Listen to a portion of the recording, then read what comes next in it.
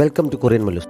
Eternal love എന്ന ഡ്രാമയുടെ 6ാമത്തെ എപ്പിസോഡിൻ്റെ തുടക്കത്തിൽ ഉണർന്നെഴുന്നേറ്റപ്പോൾ കയ്യിൽ ഇമ്പീരിയൽ ടോക്കൺ ഇരിക്കുന്നത് കണ്ട് അത്ഭുതപ്പെട്ട ടാനർ അത് ഷെങ് ടാനിന് നൽകിയതാണെന്നറിഞ്ഞ് പെട്ടെന്ന് തന്നെ വേഷം മാറി ജിങ്ഷിനൊപ്പം കൊട്ടാരത്തിന് പുറത്തേക്ക് പുറപ്പെടുന്നു. ഇമ്പീരിയൽ ടോക്കൺ ഈഹുവായിക്ക് കൈമാറുകയാണ് അവളുടെ ലക്ഷ്യം. കാവൽക്കാർ നമ്മളെ തടയാൻ ശ്രമിക്കുകയാണെങ്കിൽ നമ്മൾ തിരികെ അച്ഛൻ്റെ കൊട്ടാരം വരെ പോവുകയാണ് എന്ന് പറയാവൂ എന്നും അവൾ ജംഗ്ഷനോട് പറയുന്നു. പക്ഷേ അവളുടെ കണക്കൂട്ടലുകൾക്ക് വിരുദ്ധമായി കാവൽക്കാർ അവരെ എതിർക്കുകയോ എവിടെ പോവുകയാണെന്ന് അന്വേഷിക്കുകയോ ചെയ്യാതെ അവരോട് പോയിക്കോളാൻ പറയുന്നു. അവരുടെ ആ പ്രതികരണം കുറച്ചൊന്ന് അമ്പരപ്പിച്ചെങ്കിലും ടാനർ അതിനെക്കുറിച്ച് ആലോചിച്ച് സമയം കളയാതെ വേഗം പുറത്തേക്ക് നടക്കുന്നു. വഴിയിൽ വെച്ച് എതിരെ വന്ന ഒരാളുടെ ഇടികൊണ്ട് അവൾ നിലത്തേക്ക് വീഴുന്നുണ്ട്. ഉണർന്നെഴുന്നേറ്റത് നമ്മുടെ ടാനാണ്. കൊട്ടാരത്തിന് പുറത്താണ് എന്ന് മനസ്സിലായപ്പോൾ ടാനർക്ക് ഇതെങ്ങനെ സാധിച്ചു എന്ന് ചോദിച്ചവൾ സന്തോഷം കൊണ്ട് തുള്ളിച്ചാടുന്നു. ജംഗ്ഷന് എന്തെങ്കിലും മറുപടി പറയുന്നതിന് മുമ്പ് അല്ലെങ്കിൽ കാരണം പറഞ്ഞിട്ട് എന്തിനാണ്, എന്തായാലും പുറത്തിറങ്ങിയല്ലോ, അത് മതി എന്ന് പറഞ്ഞവൾ മുന്നോട്ട് നടക്കുമ്പോഴാണ് ഡ്രസ്സിന്റെ കൈക്കുള്ളിൽ തിരികെ വെച്ചിരുന്ന ഇമ്പീരിയൽ ടോക്കൺ അവൾക്ക് കിട്ടിയത്. ടാനർ ഇത് എന്തിനാണ് എടുത്തുകൊണ്ട് വന്നത്? അവളിത് പണയം വെക്കാൻ പോവുകയായിരുന്നു എന്ന് ജിങ്ഷിനോട് ചോദിക്കുന്നു. അതിനല്ല എന്ന് പറഞ്ഞതല്ലാതെ ടാനറുടെ യഥാർത്ഥ ഉദ്ദേശത്തെക്കുറിച്ച് ജിങ്ഷിൻ പറയുന്നില്ല.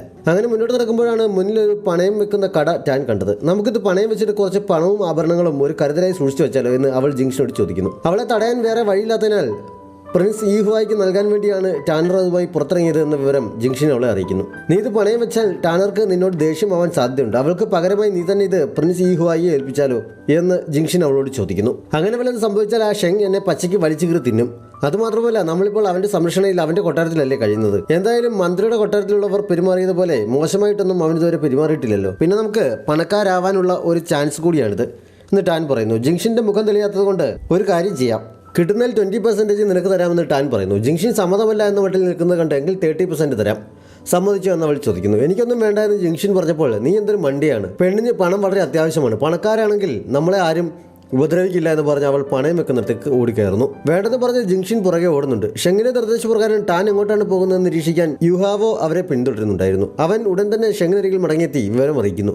അവൾക്ക് ശരിക്കും ആ ടോക്കണിന്റെ പ്രാധാന്യം അറിയില്ലേ, അതോ ഇനി ആ ഷോപ്പ് വഴിയത് ഈഹുവായുടെ കൈകളിൽ എത്തിക്കാനുള്ള സൂത്രമാണോ എന്ന് സംശയിക്കുന്നു. അതിന് സാധ്യതയില്ല. ടോക്കൺ ഇപ്പോഴും അവിടെ തന്നെ ഉണ്ട്. മാത്രമല്ല ആ ഷോപ്പ് ഉടമയ്ക്ക് ഈഹുവായുമായി യാതൊരു ബന്ധവുമില്ല എന്നും അന്വേഷണത്തിൽ അറിയാൻ കഴിഞ്ഞു എന്ന് യുഹാവോ അവനെ അറിയിക്കുന്നു. താൻ ഒരു സ്പൈ അല്ല എന്നത് ഷെങ്ങിന് ശരിക്കും സന്തോഷം നൽകുന്നുണ്ട്. മിസ്സായ ആദ്യരാത്രിയുടെ നഷ്ടം നികത്താനുള്ള സമയമായി എന്നവൻ ഒരു പുഞ്ചിരിയോടെ പറയുന്നുണ്ട്. അന്ന് രാത്രി ടാൻ ടോക്കണിന് പകരമായി കിട്ടിയ ആഭരണങ്ങളും മറ്റും മുറ്റത്തൊരിടത്ത് കുഴിച്ചിടാനുള്ള തയ്യാറെടുപ്പിലാണ്. ഷെങ് അടുത്തെത്തിയത് പോലും അറിയാതെ ആഭരണങ്ങളും കഴുത്തിലും കയ്യിലുമൊക്കെ ഇട്ടുനോക്കി മതിമറന്നിരിക്കുകയാണ് അവൾ.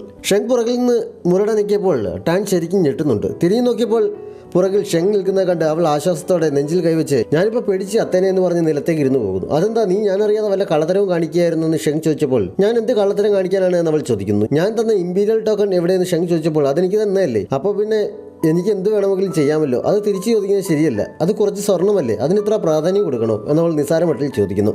അതിൻ്റെ പ്രാധാന്യം എന്താണെന്ന് നിനക്കറിയാമോ? മരിച്ചുപോയ ചക്രവർത്തിയാണ് അത് ഉണ്ടാക്കിപ്പിച്ചത്.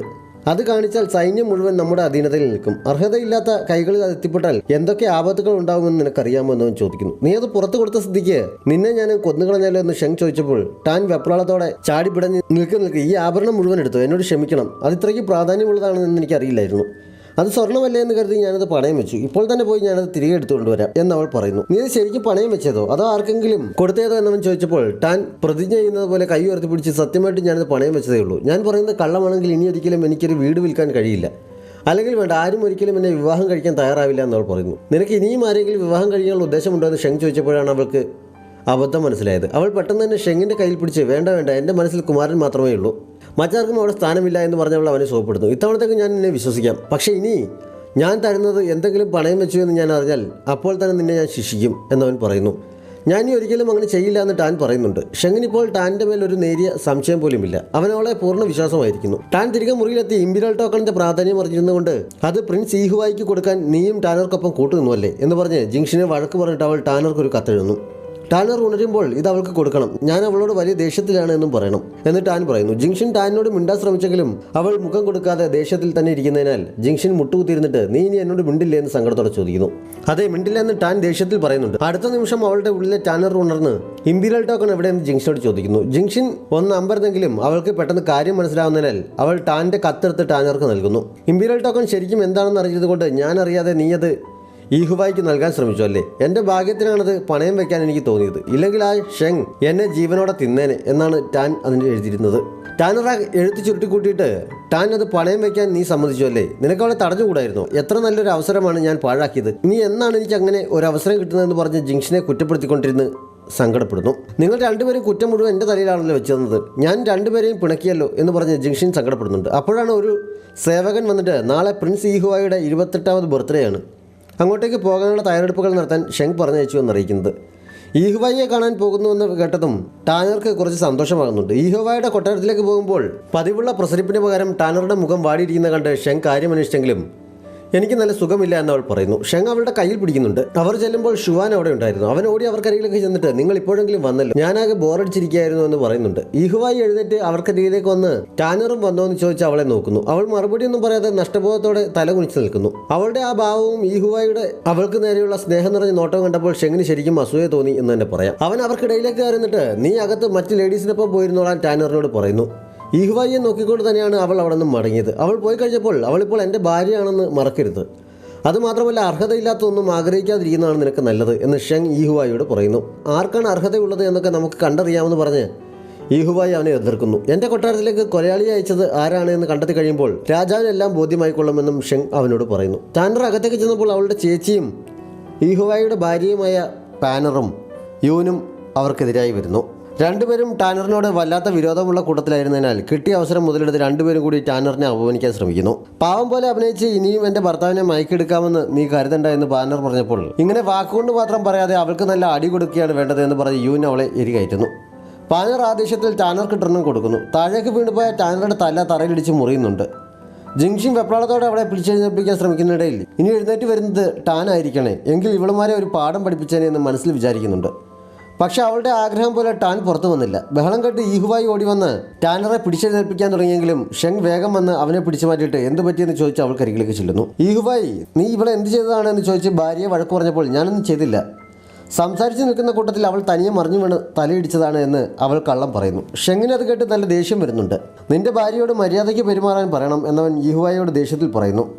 എനിക്ക് കുഴപ്പമൊന്നുമില്ല, നമുക്ക് പോകാമെന്ന് ടാനർ പറഞ്ഞപ്പോൾ ഷെങ് അവളെ പിടിച്ചെഴുന്നേൽപ്പിച്ച് അവിടെ നിന്ന് പോകുന്നു. പോകുമ്പോൾ ടാനറുടെ കണ്ണ് ഈഹുവായുടെ മുഖത്തായിരുന്നു. മടങ്ങിയെത്തിയ ശേഷം പുറത്തെവിടെയോ പോയിട്ട് ജിങ്ഷിൻ തിരികെ വന്നപ്പോൾ ടാൻ ആയിരുന്നു അവിടെ ഇരുന്നത്. അവൾ ഓടിച്ചെന്ന് വാതിലടച്ചിട്ട് ജിങ്ഷിൻ്റെ അടുത്തെത്തി ഈഹുവായുടെ കൊട്ടാരത്തിൽ പോയിട്ട് എങ്ങനെ ഉണ്ടായിരുന്നു, അവർ തമ്മിൽ സംസാരിച്ചോ, കിസ് ചെയ്തോ എന്നൊക്കെ ആകാംക്ഷയോടെ ചോദിക്കുന്നു. പക്ഷേ ജിങ്ഷിൻ പിണക്കം നീ ഇനി എന്നോട് മിണ്ടില്ല എന്നല്ലേ പറഞ്ഞത് എന്ന് ചോദിച്ച് മുഖം തിരിച്ചു നിൽക്കുന്നു. അത് ഞാനൊരു തമാശ പറഞ്ഞതല്ലേ, നീ അത് കാര്യമായി എടുത്തോ എന്ന് ചോദിച്ച് അവളുടെ പിണക്കം മാറ്റാൻ ശ്രമിക്കുന്നു.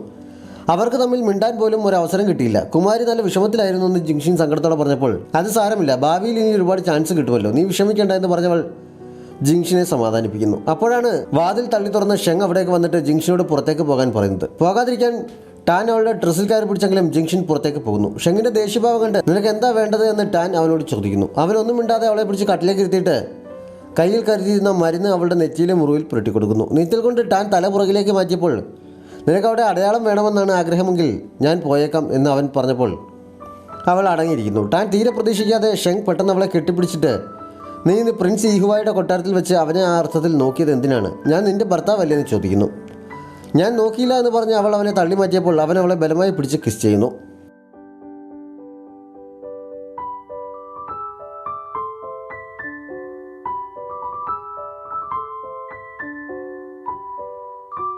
ടാൻ വീണ്ടും അവനെ തള്ളി മാറ്റിയിട്ട് അവൻ്റെ മുഖത്തിട്ടൊന്ന് പൊട്ടിക്കുന്നു. പക്ഷെ ഷെങ്ങിനൊരു കുലുക്കവുമില്ല. നീ എന്തിനാണെന്നെ കിസ് ചെയ്തത്, എനിക്ക് നഷ്ടപരിഹാരം തന്നേ പറ്റൂ എന്ന് പറഞ്ഞവൾ അവനെ അടിക്കാൻ തുടങ്ങുന്നു.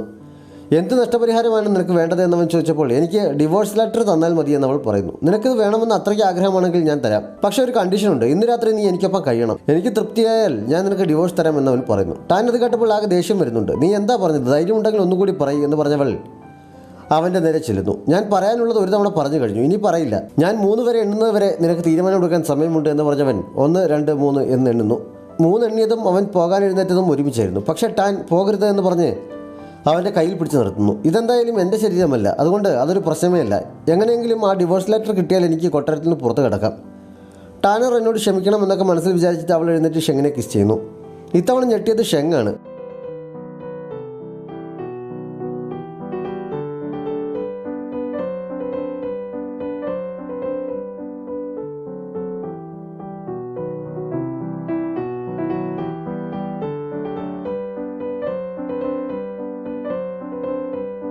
ആദ്യം അമ്പരന്നെങ്കിലും അവൻ്റെ ചുണ്ടിലൊരു പുഞ്ചിരി വിടരുന്നുണ്ട്. അന്ന് രാത്രി അവർ ഒരുമിച്ച് കഴിയുന്നു. അടുത്ത ദിവസം രാവിലെ ഷെങ് ഒന്നും മിണ്ടാതെ എഴുന്നേറ്റ് പോകുന്നത് കണ്ട് എൻ്റെ ഡിവോഴ്സ് ലെറ്റർ എവിടെയെന്ന് ടാൻ പുറകിൽ നിന്ന് വിളിച്ചു ചോദിക്കുന്നു. അതിനെനിക്ക് തൃപ്തിയായില്ലല്ലോ എന്ന് ഒരു കള്ളച്ചിരിയോടെ പറഞ്ഞിട്ട് ഷെങ് അവിടെ നിന്ന് പോകുന്നു. ഷെങ്, നീ എന്നോട് കള്ളം പറയണ്ട, നിനക്കാണിത് തീരെ അറിയാത്തത്, എനിക്കാണ് തൃപ്തിയാവാഞ്ഞത് എന്ന് ടാൻ പുറകിൽ നിന്ന് വിളിച്ചു കൊന്നു. അവൾക്ക് ദേഷ്യം സഹിക്കാൻ കഴിയുന്നുണ്ടായിരുന്നില്ല. കുമാരി ഇതറിഞ്ഞാൽ എങ്ങനെയായിരിക്കും പ്രതികരിക്കുന്നതെന്ന് അറിയാൻ കഴിയില്ല എന്ന് പറഞ്ഞുകൊണ്ടാണ് ജിങ്ഷിൻ അകത്തേക്ക് കയറി വന്നത്. പക്ഷേ അകത്തെ കാഴ്ച കണ്ട് അവൾ ഞെട്ടുന്നു. മുകളിൽ ഒരു കുരുക്കിട്ട് അതിൽ കെട്ടിത്തൂകാനുള്ള പുറപ്പാടിലായിരുന്നു ടാനർ. ജിങ്ഷിൻ ഉറക്കെ നിലവിളിച്ചുകൊണ്ട് അങ്ങോട്ട് ചെല്ലാൻ തുടങ്ങിയെങ്കിലും അടുത്തേക്ക് വരരുത് എന്ന് ടാനർ അവളോട് പറയുന്നു. കുമാരി അവിവേകമൊന്നും കാണിക്കരുത്, എന്ത് പ്രശ്നമാണെങ്കിലും നമുക്ക് പരിഹാരം ഉണ്ടാക്കാമെന്ന് ജിങ്ഷിൻ കരഞ്ഞുകൊണ്ട് പറയുന്നു. ഞാൻ ഈ ജീവിച്ചിരിക്കുന്നതിൽ അർത്ഥമില്ല. ഇന്നലെ രാത്രി ടാൻ എൻ്റെ ശരീരം ഉപയോഗിച്ചെന്നാണ് തോന്നുന്നത്. കൊട്ടാരം വൈദ്യൻ എനിക്ക് വേണ്ട നിർദ്ദേശങ്ങൾ തരാൻ എന്നെ കാണാൻ വന്നിരുന്നു. എനിക്കിനി ജീവിക്കണ്ട എന്ന് അവൾ പറയുന്നു. അതിന് കുമാരിയല്ലല്ലോ, ടാനല്ലേ അങ്ങനെ ചെയ്തത് എന്ന് ജിങ്ഷിൻ പറഞ്ഞപ്പോൾ അതുകൊണ്ട് എന്താണ് കാര്യം? അവൾ എൻ്റെ ശരീരം തന്നെയല്ലേ ഉപയോഗിച്ചത്? എൻ്റെ ഉള്ളിൽ മറ്റൊരു പെണ്ണുണ്ട് എന്ന് എനിക്ക് മറ്റുള്ളവരെ പറഞ്ഞ് വിശ്വസിപ്പിക്കാൻ കഴിയില്ലല്ലോ എന്ന് പറഞ്ഞ് ടാനർ വീണ്ടും കരയുന്നു. കുമാരി പറയാതെ ആർക്കും അത് അറിയാൻ കഴിയില്ലല്ലോ. ടാൻ ഇത് ചെയ്തത് ഡിവോഴ്സ് ലെറ്റർ കിട്ടുന്നതിന് വേണ്ടിയാണ്. അത് കിട്ടിക്കഴിഞ്ഞാൽ കുമാരിയും ഫ്രീ ആകില്ലേ? ഇപ്പോൾ കുമാരി അദ്ദേഹത്തിൻ്റെ ഭാര്യയല്ലേ? അദ്ദേഹം ആവശ്യപ്പെട്ടാൽ കുമാരിക്ക് അദ്ദേഹത്തെ തടയാനുള്ള അധികാരമില്ലല്ലോ. താൻ എന്തായാലും അദ്ദേഹത്തെ സെർവ് ചെയ്യാൻ തയ്യാറാണ്. പിന്നെ കുമാരി എന്തിനാണ് ആത്മഹത്യ ചെയ്യുന്നത് എന്നൊക്കെ പറഞ്ഞ് ജിങ്ഷിൻ അവളുടെ അടുത്ത് വരെ ചെല്ലുന്നു.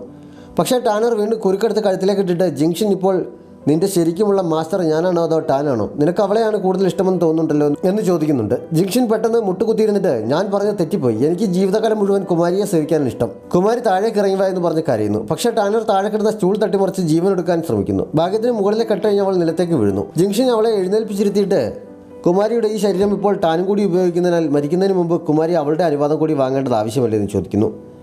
എനിക്കിപ്പോൾ എൻ്റെ സ്വന്തം ശരീരത്തിൻ്റെ കാര്യങ്ങൾ തീരുമാനിക്കാൻ പോലുമുള്ള സ്വാതന്ത്ര്യമില്ല എന്ന് ചോദിച്ച് അവൾ കരയുന്നു. ഷുവാൻ അച്ഛനെ കാണാനായി കൊട്ടാരത്തിലേക്ക് ചെന്നപ്പോൾ ഈഹുവായി അവിടെ നിന്ന് ഒരു ഉത്തരവും കയ്യിൽ പിടിച്ചുകൊണ്ട് ഇറങ്ങി വരുന്നത് കാണുന്നു. അതെന്താണ് എന്നറിയാൻ അവൻ്റെ ശ്രമം നടത്തിയെങ്കിലും ഈഹുവായി ഒന്നും വിട്ടുപറയാതെ ഒഴിഞ്ഞു മാറിപ്പോകുന്നു. ഷുവാൻ മടങ്ങിയെത്തി ഷെങ്ങിനെ വിവരം അറിയിക്കുന്നുണ്ട്. എന്തെങ്കിലും പ്രധാന വിവരങ്ങളാവും, അതാണ് അവൻ ഒഴിഞ്ഞു മാറിയത്. എന്തായാലും അവനെ ഒന്ന് പോയി കാണാൻ സമയമായി എന്ന് ഷെങ് പറയുന്നു. ആ സമയത്താണ് യുഹാവോ അവിടേക്ക് വന്നിട്ട്, കൺസൾട്ട് ഇന്ന് രാവിലെ സ്വയം തൂങ്ങി മരിക്കാൻ ശ്രമിച്ചു, അതിനുശേഷം ഒരുപാട് സമയം കരയുകയും ചെയ്തു. പക്ഷേ ഇപ്പോൾ കുഴപ്പമില്ല. കൂടുതലൊന്നും അറിയാൻ കഴിഞ്ഞില്ലെങ്കിലും ഇന്നലെ രാത്രിയിൽ നടന്നതുമായി ബന്ധപ്പെട്ടാണ് അങ്ങനെയൊക്കെ സംഭവിച്ചതെന്ന് അറിയിക്കുന്നു. ചേട്ടൻ അവിടെ രാത്രി കഴിഞ്ഞതിന് ശേഷം മരിക്കാൻ ശ്രമിക്കണമെങ്കിൽ എന്തായിരിക്കും സംഭവിച്ചത് എന്ന് പറഞ്ഞ് ഷുവാൻ ഷെങ്ങിനെ കളിയാക്കുന്ന മട്ടിൽ ചിരിക്കുന്നുണ്ട്. ഷെങ്ങിന് ടാനറുടെ വിവരം കൂടി കേട്ടപ്പോൾ ഈഹുവായോട് ഒന്നുകൂടി ദേഷ്യമാകുന്നു. ഈഹുവായെ കാണാനുള്ള സമയമായി എന്നവൻ ഒരിക്കൽ കൂടി പറയുന്നു. ടാൻ ഉണർന്നെഴുന്നേറ്റപ്പോൾ ടാനർ അവൾക്ക് നൽകാൻ ഏൽപ്പിച്ചിരുന്ന കത്ത് ജിങ്ഷിൻ അവളെ ഏൽപ്പിക്കുന്നു. ഇന്നലെ രാത്രി സംഭവിച്ചതുപോലെ എന്തെങ്കിലും ഇനിയുണ്ടായാൽ ഞാൻ ഉറപ്പായും ജീവിതം അവസാനിപ്പിക്കും എന്നവൾ അതിൽ എഴുതിയിരുന്നു. പക്ഷേ ടാനറുടെ സാഹിത്യം പിടികിട്ടാത്തതിനാൽ ടാൻ കത്ത് ജിങ്ഷിനെ ഏൽപ്പിച്ചിട്ട് ഇവളെന്തൊക്കെയാണ് ഈ എഴുതിയിരിക്കുന്നതെന്ന് ചോദിക്കുന്നു. ടാനർ ആത്മഹത്യക്ക് ശ്രമിച്ചതും മറ്റും പറഞ്ഞിട്ട് ഇനി കുമാരനൊപ്പം കഴിയാൻ പാടില്ല എന്നാണ് കുമാരി പറഞ്ഞതെന്ന് ജിങ്ഷിൻ അറിയിക്കുന്നു. അതിപ്പോൾ എൻ്റെ നിയന്ത്രണത്തിലാണോ എന്ന് ടാൻ പറഞ്ഞുകൊണ്ട് നിൽക്കുമ്പോൾ പുറകിൽ നിന്ന് വീഴുന്ന ശബ്ദം കേട്ടവൾ തിരിഞ്ഞു നോക്കുന്നു. കറുത്ത വേഷവും മുഖംമൂടിയും ധരിച്ച ഒരാൾ നിലത്ത് കിടക്കുന്ന കണ്ട് കൊലയാളിയാണെന്ന് കരുതി ആരെങ്കിലും ഓടി പറഞ്ഞെന്ന് പറഞ്ഞ് ടാൻ നിലവിളിക്കാൻ തുടങ്ങുന്നു. പക്ഷേ ജിങ്ഷിനെ അവളുടെ വായ പൊത്തി പിടിച്ചിട്ട്, ഇത് പ്രിൻസ് ഈഹുവായി ആണെന്ന് തോന്നുന്നു എന്ന് പതുക്കെ പറയുന്നു. ടാൻ വേഗം ചെന്ന് അവൻ്റെ മുഖംമൂടി മാറ്റുന്നു. പക്ഷേ ഈഹുവായിക്ക് പകരം ഷെങ് ആയിരുന്നു അത്. എന്നെ ഒന്ന് അകത്തേക്ക് കൊണ്ടുപോകാൻ അവൻ പറയുന്നു. അവനെവിടെയോ പരിക്ക് പറ്റിയിരുന്നു. ടാൻ ജിങ്ഷിൻ്റെ സഹായത്തോടെ അവനെ താങ്ങി പിടിച്ച് അകത്തേക്ക് കട്ടിൽ കൊണ്ടുപോയി കിടത്തുന്നു. അവൻ്റെ ബോധം അപ്പോഴേക്കും നഷ്ടപ്പെട്ടിരുന്നു. ടാൻ അവൻ്റെ കയ്യിലെ മുറിവ് പരിശോധിക്കുന്നുണ്ട്. ആരായിരിക്കും അദ്ദേഹത്തെ ഇങ്ങനെ പരിക്കേൽപ്പിച്ചത് എന്ന് അവൾ സംശയിക്കുന്നു. കൊട്ടാരം വൈദ്യനെ വിളിപ്പിക്കട്ടെ എന്ന് ജിങ്ഷിൻ ചോദിച്ചപ്പോൾ, തൽക്കാലം വേണ്ട, മറ്റാരും ഈ വിവരം അറിയാൻ പാടില്ല, എനിക്ക് കുറച്ച് ഫസ്റ്റ് എയ്ഡ് അറിയാം. നീ പോയി ഒരു കത്രികയും കുറച്ച് കോട്ടൺ തുണിയും കുറച്ച് വൈനും എടുത്തുകൊണ്ട് വരാൻ ജിങ്ഷിനോട് പറയുന്നു. അതുപയോഗിച്ചവൾ അവൻ്റെ മുറിവിൽ അത്യാവശ്യം പരിചരണം നൽകുന്നുണ്ട്. യുഹാവോ കുമാരൻ്റെ കാവൽ നിൽക്കാതെ എവിടെ പോയി കാണും എന്ന് ജിങ്ഷിൻ സംശയിച്ചപ്പോൾ, അതെനിക്ക് എങ്ങനെ അറിയാനാണ്, നീ എന്തായാലും ആരും ഇവിടേക്ക് കയറിയാതെ വാതിൽക്ക് തന്നെ കാവൽ നിന്നോണം എന്ന് പറഞ്ഞ് അവൾ ജിങ്ഷിനെ പുറത്തേക്ക് പറഞ്ഞയക്കുന്നു.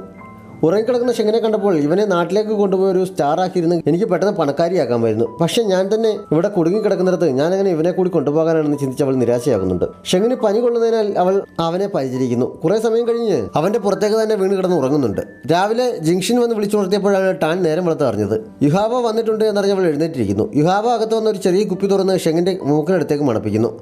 അതെന്താണെന്ന് ടാൻ ചോദിച്ചപ്പോൾ, എന്തെങ്കിലും മയക്കുന്ന പുകയോ മറ്റോ കുമാരി ശ്വസിച്ചിട്ടുണ്ടാവും, അതുകൊണ്ടാണ് ഇതുവരെ ബോധം വരാഞ്ഞത്, ഇത് അതിനുള്ള മരുന്നാണ് എന്ന് യുഹാവോ അറിയിക്കുന്നു. അല്പസമയത്തിനുള്ളിൽ ഷെങ് കണ്ണു തുറക്കുന്നു. നീ രാത്രി മുഴുവൻ എൻ്റെ മുറിവും പരിചരിച്ച് എനിക്കൊപ്പം തന്നെ ഉണ്ടായിരുന്നു എന്ന് അടുത്തിരിക്കുന്ന ടാനിനെ കണ്ടവൻ ചോദിക്കുന്നു. പിന്നെ അല്ലാതെ മുറിവ് തന്നെ കഴിയുമെന്നാണോ വിചാരിക്കുന്നത് എന്നവൾ ചോദിക്കുന്നു. പക്ഷേ അവൻ അവളെ മൈൻഡ് ചെയ്യാതെ യുഹാവോയോട് എന്നെ എഴുന്നേൽപ്പിക്കാൻ പറഞ്ഞ് അവനൊപ്പം പുറത്തേക്ക് പോകുന്നു. എന്നോടൊരു താങ്ക്സ് പോലും പറയാതെ പോവുകയാണോ എന്ന് ചോദിച്ച് ടാൻ ആകെ നിരാശയാകുന്നുണ്ട്. അവളന്ന് പകൽ പുറത്തിറങ്ങിയപ്പോൾ പ്രിൻസ് ഈഹുവായുടെ സ്പൈ ആയ ഷെങ്ങിൻ്റെ കോൺക്യൂബ്സ് ന്യൂസ് പിടിക്കാനായി അവളുടെ അടുത്തേക്ക് വരുന്നു. ടാൻ അവളെ കണ്ടപ്പോഴേ രോഗം മനസ്സിലാവുന്നതിനാൽ സൂക്ഷിച്ചാണ് അവൾ മറുപടി പറഞ്ഞത്. കുമാരൻ എന്ന് രാത്രി ഇപ്പോൾ കുമാരിക്കൊപ്പമാണ് എന്ന് തോന്നല്ലോ, തനിച്ച് കഴിയാനാണ് ഞങ്ങളുടെയൊക്കെ വിധി, കുമാരിയുടെ നല്ല സമയം, അല്ലാതെ എന്താ എന്ന് പറഞ്ഞവൾ അവളെ കൊത്തുന്നു. ഇന്നലെ രാത്രി പ്രിൻസ് ഈഹുവായുടെ കൊട്ടാരത്തിൽ ഒരു കൊലയാളി കടന്നെന്നറിഞ്ഞു. കുമാരിയും കുമാരനും കുറച്ചുകൂടി സൂക്ഷിക്കണമെന്ന് അവർ പറഞ്ഞപ്പോൾ ആ കൊലയാളി ഷെങ് ആയിരിക്കുമോ എന്ന് ടാൻ ചിന്തിച്ച് നിൽക്കുന്നിടത്ത് ഈ എപ്പിസോഡ് അവസാനിക്കുന്നു. കോൺക്യൂബുമാരെ കുറിച്ച് കഴിഞ്ഞ എപ്പിസോഡിന് താഴെ ഒരു സുഹൃത്ത് കമൻറ്റിലൂടെ സംശയം ചോദിച്ചിരുന്നു. ഞാൻ ഹിസ്റ്റോറിക്കൽ ഡ്രാമകളൊക്കെ കണ്ടിട്ടുള്ളതിൽ നിന്ന് എനിക്ക് മനസ്സിലായിട്ടുള്ളത് ഞാൻ പറഞ്ഞുതരാം. പണ്ടത്തെ രാജാക്കന്മാരുടെയും അധികാരികളുടെയും ഒക്കെ വിവാഹങ്ങളിൽ പലതും അധികാരത്തിന് വേണ്ടിയുള്ള ഉടമ്പടി മാത്രമാണ്. പല ഭാര്യമാരെയും ഒരിക്കൽ പോലും അവർ കണ്ടിട്ട് പോലും ഉണ്ടാകണമെന്നില്ല. എല്ലാവരോടും പ്രണയവും ഉണ്ടാകാറില്ല. ഇവിടെ ഷെങ്ങിൻ്റെ മറ്റ് 2 കോൺക്യൂബുമാരും അങ്ങനെയുള്ള വെറും കരാർ വസ്തുക്കൾ മാത്രമാണ്. ഒരാളെ ഈഹുവായി തന്നെ സ്പൈയായി അയച്ചിരിക്കുന്നതാണ്. മനസ്സിലായി കാണും എന്ന് വിശ്വസിക്കുന്നു. ഏതെങ്കിലും കൂട്ടുകാർ സബ്സ്ക്രൈബ് ചെയ്യാതെ നമ്മുടെ ചാനൽ കാണുന്നുണ്ടെങ്കിൽ വേഗം തന്നെ മറക്കാതെ സബ്സ്ക്രൈബ് ചെയ്യുക. നോട്ടിഫിക്കേഷൻ ലഭിക്കുന്നതിനായി ബെല്ലൈക്കൺ കൂടി അമർത്തുക. Thanks for watching.